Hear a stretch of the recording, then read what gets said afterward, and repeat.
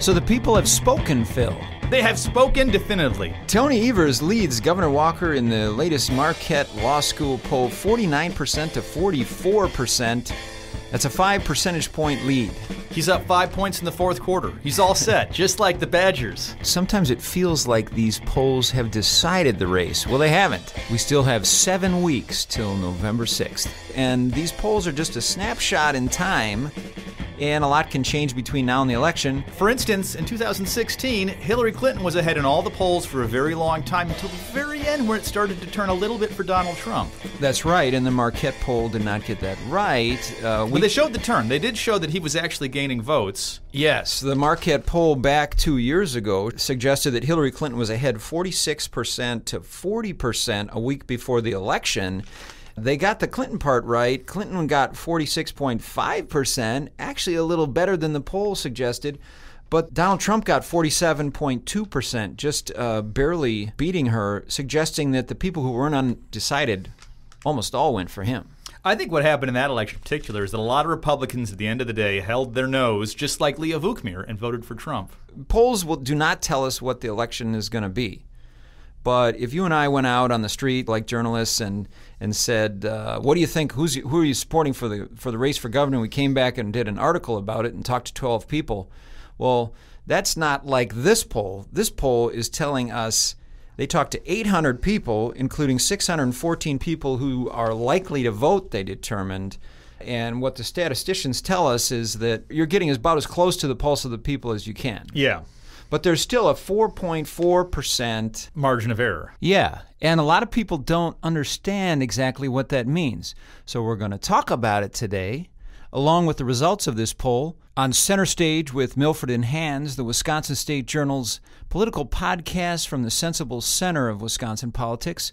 I'm Scott Milfred, the editorial page editor for the Wisconsin State Journal. And I'm Phil Hands. I'm the editorial cartoonist for the Wisconsin State Journal. And we are half of the Wisconsin State Journal editorial board. The better-looking half.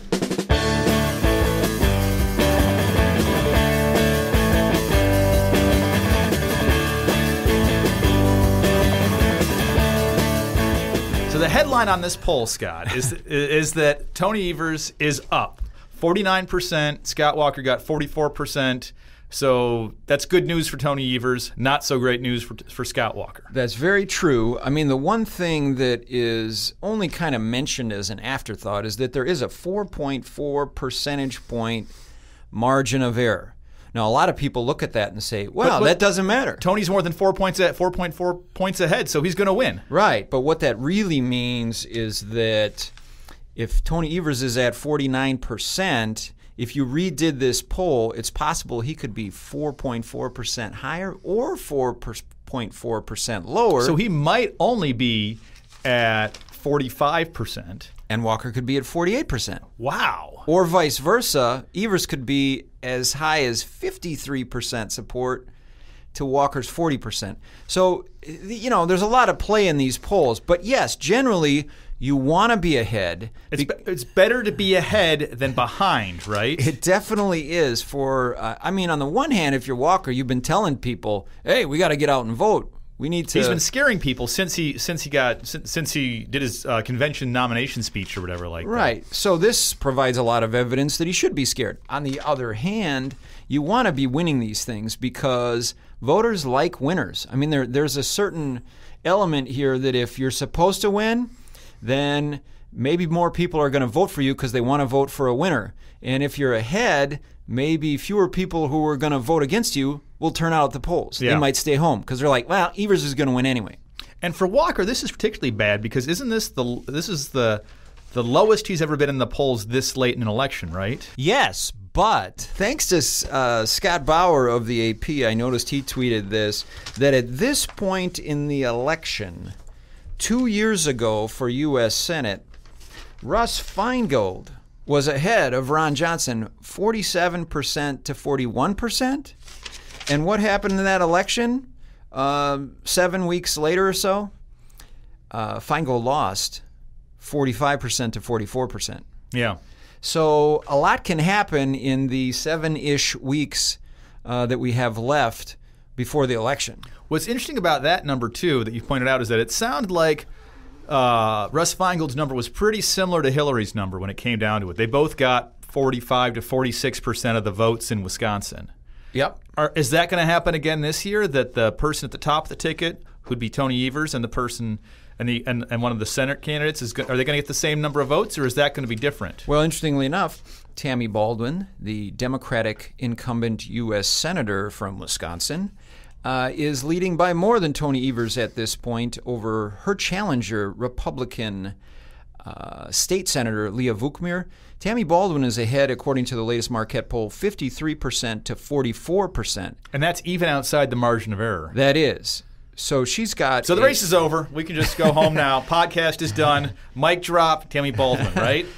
I wouldn't be so sure. I mean, it's certainly if you're Tammy Baldwin, you got to feel good about that. I think all the Democrats are feeling good at this point. You know, Leah Vukmir just got out of a very bruising primary, and I think she's got pretty high unfavorables still because of that. Yeah, and people warned about this on the right side. Remember, Tommy Thompson was warning about, hey, we get this bruising primary like I went through when I ran for U.S. Senate against Tammy Baldwin. Looks what happened to me. She cruised through her primary without Democrats beating her up, and then she beat me. Well, if you look at the favorable, unfavorable in the race for U.S. Senate, Tammy Baldwin favorable, 48%, unfavorable, 40%. You look at Leah Vukmir, favorable, 26%, unfavorable, 38%. That's almost Trump territory for unfavorables there. So she's definitely stinging from the primary, and where her opponent, Kevin Nicholson, had a lot of money putting out a lot of ads saying she does not deserve election. Basically, and the argument for the primary was which candidate can be the most like Trump. So they were basically fighting to be the most Trumpian, the most Trump-like, and she won that primary to win a narrow segment of the electorate in the primary. And now half of the people of Wisconsin. What's Trump's unfavorable in Wisconsin? Like 52% of the people do not like this person that they spent their entire primary proving that they were the most like. Yeah, in the latest Marquette poll, Trump's approval rating 42%, disapproval 54%. 54%. So if she just proved that she's the most like Trump, and 54% of people in Wisconsin do not like that person. Yeah, so no wonder she's behind. I mean, the thing though with Scott Walker too is you've got this great economy. Economy's rolling the economy's really kicking butt right now. So normally incumbents always win when this is happening.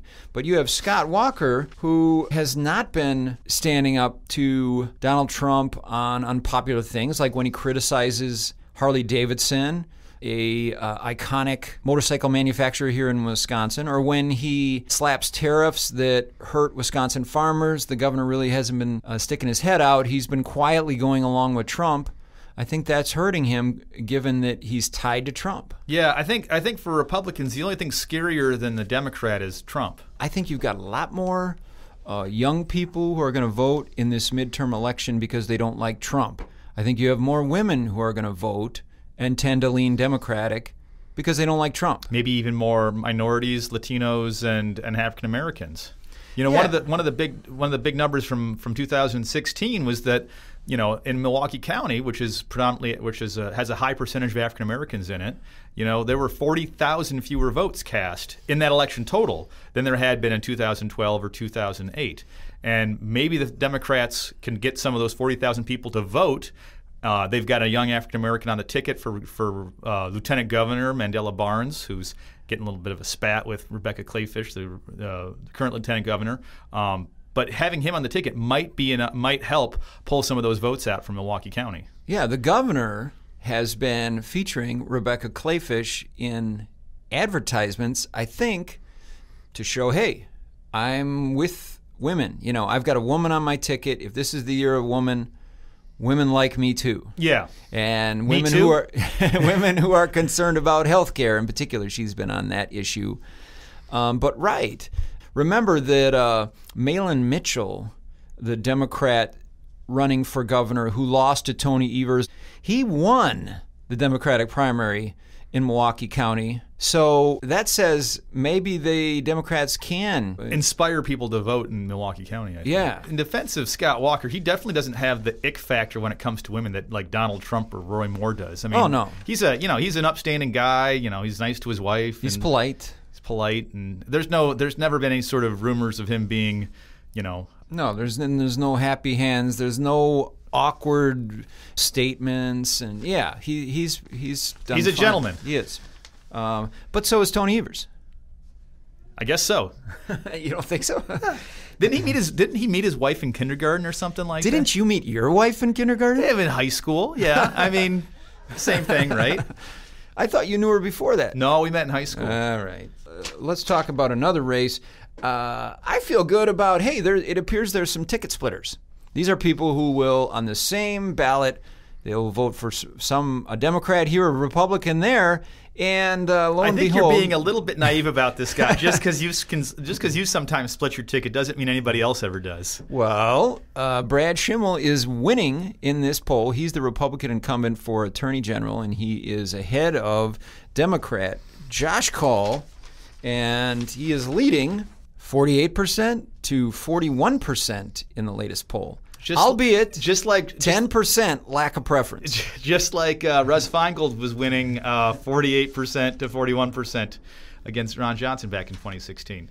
Well, what's going on there is almost nobody knows who Josh Kaul is. Almost nobody knows who Josh Kaul is. Yeah, in terms of favorability, unfavorability, Josh Kaul, 7% favorable, 5% unfavorable, 87% have not heard enough about him or don't know who he is.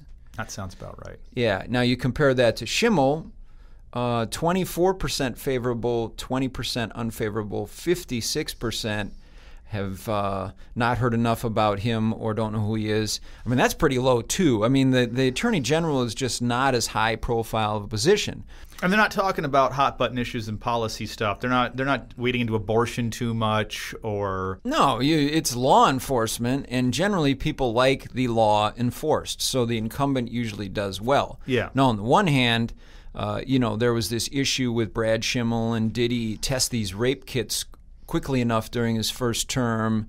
His opponent says no. On the other hand, he has finished them now. Yeah. And, there's other issues whether it's fighting opioid abuse or fighting human trafficking. I mean, when you're the Attorney General, you get to do a lot of press events and conferences with law enforcement saying great things that you're doing to protect people. I do think all of these races, even though the polls are different now, the winner's going to get about 48%, the loser's going to get around 46%, and there'll be a handful of people, who vote for a third-party candidate like Phil Anderson or something like that. Well, and as long as you bring up Phil Anderson of Fitchburg, the Libertarian candidate for governor, he's polling... He's like a serial candidate. He's a perennial, I think we call them. Perennial. Serial sounds like you're out killing somebody. But anyway, Phil Anderson is polling at 6%. I can't imagine he's going to win 6%. On the other hand, he just ran for U.S. Senate 2 years ago as a Libertarian candidate. So he has some name recognition. And he did get 3%. So... I still have to say some people are going to pull off him and take one of the other candidates at some point. I will say that back in 2016, both third-party candidates, can you have two different third parties, I guess? The Green Party candidate and the Libertarian candidate for president ended up somewhere close to 5% in the state, I think. I mean, one of the things helping Tammy, too, besides Leah Vukmir just got beat up in the primary, is that Tammy Baldwin... she's a woman and considered fairly liberal, so if you don't like Donald Trump, she'd be an obvious place to go in the U.S. Senate race. But on the other hand, when it comes to trade issues and protecting Wisconsin jobs... She was Trump before there was Trump when it came to trade. Yeah, she was. I just got a flyer in the mail for Tammy Baldwin on Buy Wisconsin. This giant, it looked like a monster truck on the flyer, and it was, an Oshkosh military truck. Oh, yeah. So she has this very muscular advertising campaign. And she's been making sure that we are building the equipment the Pentagon does not want right here in Wisconsin. And she's making sure that we put Wisconsin first, just like a certain somebody in the White House. So she seems to, wow, if you would have asked me first of all, I didn't think she was going to beat Tommy Thompson, and now I thought that was a shocking race. But she did benefit from Barack Obama's coattails. Very long coattails. Barack Obama won by more in Wisconsin than she did. I think that helped her. It was a Democrat year. This is 2012. Yes. Fast forward to now, a midterm election. It's not a presidential year. Usually Republicans do better. It's a strong economy. You'd think, boy, Tammy Baldwin's going to be in trouble. No, not at all. Not according to this poll. I think if Hillary Clinton had won in 2016, Tammy Baldwin would be in trouble. But because there's Donald Trump in the White House, I think Tammy Baldwin is gonna win this election. There's a couple other issues. As much as the economy is going well for incumbents. So somebody like Walker should be a cakewalk this election, even though he's down 5% in the latest poll. There are issues working against him, not just Donald Trump, but also the Marquette poll asked about Foxconn. Ooh, that's like Scott Walker's baby, right? Well, yeah, he got this giant company to come to Wisconsin, create up to 13,000 jobs. Unless you're Donald Trump, then it's way more than 13,000 jobs. Way more than 13,000. Yeah. This is, of course, the flat screen panel maker, a technology company that's moving to Racine County. Just broke ground. Trump and Walker were there to celebrate. But lo and behold, 48% in this poll say that the state is paying more than it's worth. The total public subsidy on this thing has been estimated at $4.5 billion. A lot of it just checks written from the state treasury to Foxconn. Yeah. So 48% said it's going to cost the state more than it's worth. 39% said it will provide more than it costs. So Foxconn's not really working for governor statewide right there. He also asked about roads, and only 5% of people think state roads are excellent. 30% think they're good. 64% think they're fair or poor. The Marquette poll also tried to figure out which voters are most excited to vote. 75% of Democrats said they were enthusiastic about voting. 64% of Republicans say they're enthusiastic about voting. So Democrats are a little more fired up. That's a weird question to ask somebody, isn't it? See, I guess I never get excited to vote because I always vote, so it doesn't matter how big or small the election is. I'm going to the polls either way. I'm excited for those February primaries when nobody else votes. I don't have to get in line or anything. Another thing that's working against Governor Walker, and I think this is Trump-related, is that when they asked people who identified themselves as independents who you're going to vote for, 52% said Tony Evers, 32% said Governor Walker. That's where you're in trouble right there because 45% or 40% of the state's Democrat, 40%'s Republican, maybe more than that. Maybe there's a couple people in the middle. If they're all turning for Evers, you're it's hard to get to your 50% necessary to win the election. And when they asked about trade, people overwhelmingly in Wisconsin think that free trade deals are good, despite Donald Trump and Tammy Baldwin telling us that they're not good. For us, most people think they are. 58% in this poll said that they think free trade agreements are a good thing for the U.S. economy. Only 25% said they were a bad thing. And then when they asked about tariffs, 52% said tariffs will hurt the economy, 31% said they will improve. So some of the highest profile things Trump has been doing as of late have not been popular in Wisconsin, and the governor has been in this awkward position of trying not to offend Donald Trump by challenging him on it, and instead just kind of saying that he's on your side even though he's on Trump's side. Yeah. That he's on the side of the farmers even though the tariffs hurt them, that he's on the side of Harley-Davidson even though the tariffs hurt them, but I'm not going to go after Trump on him. We got to, if you're Scott Walker, what if you do stand up to Trump at one point? And even though all of Trump's advisors would tell him, stay quiet, don't attack Scott Walker. Do you really trust Trump not to be tweeting from the toilet and just diss Scott Walker someday? And then when you do that, what happens to the Republicans who like Scott Walker? Oh yeah, Trump doesn't like him, so he must be some weak little Weasley guy. Yeah, the other thing, two other issues here. More people are saying that they think spending more on schools is important than controlling property taxes. And that's Scott Walker's thing, is controlling property taxes. And when Scott Walker came in the first couple of years, more people thought controlling property taxes was important, not spending on schools. So that's kind of turned on him because Of course, he's held down property taxes. People aren't as worried about it. He's also held down school funding. Yeah. So that's kind of going against him. And then they asked about Obamacare. 47% have a favorable view of it compared to 45%. I mean, that's pretty good for if you're a Republican. That's the worst bill ever passed in the history of the world. That's pretty good polling for something that is so reviled. If the Marquette poll had asked in Wisconsin, are you favorable about Phil Hands cartoons or are you unfavorable? Or if they had asked about our Wisconsin State Journal editorials, I'm guessing we wouldn't poll that high. No, probably not. I mean, there's You would probably poll a little higher than the editorials because you're fun. I guess I'm fun, but I like to trash Trump, and I like to do cartoons about Scott Walker. But every once in a while, I'll knee to the liberals, and they remember that. And I a couple of years ago, somebody was like, "You know what, Phil? And I've been at this point, I've been drawing cartoons criticizing Walker for like 6 years, and somebody's like, you're finally starting to turn around a little bit, Phil." You're finally starting to see the issue the way I see it. People remember what they disagree with, and then they forget all the things they agreed with. For some people, I'm conservative State Journal cartoonist Phil Hands. Yeah, and other people, you're just crazy, loony lefty. But, with cartoons and editorials, we're not supposed to be popular. We're supposed to try to make people think, including by, at least in an editorial, no offense, giving them some information. I give people information all the time that Scott Walker has a bald spot induced by his cabinet, and that Trump's got itty bitty fingers. They are really tiny, aren't they? Yeah. These are true facts.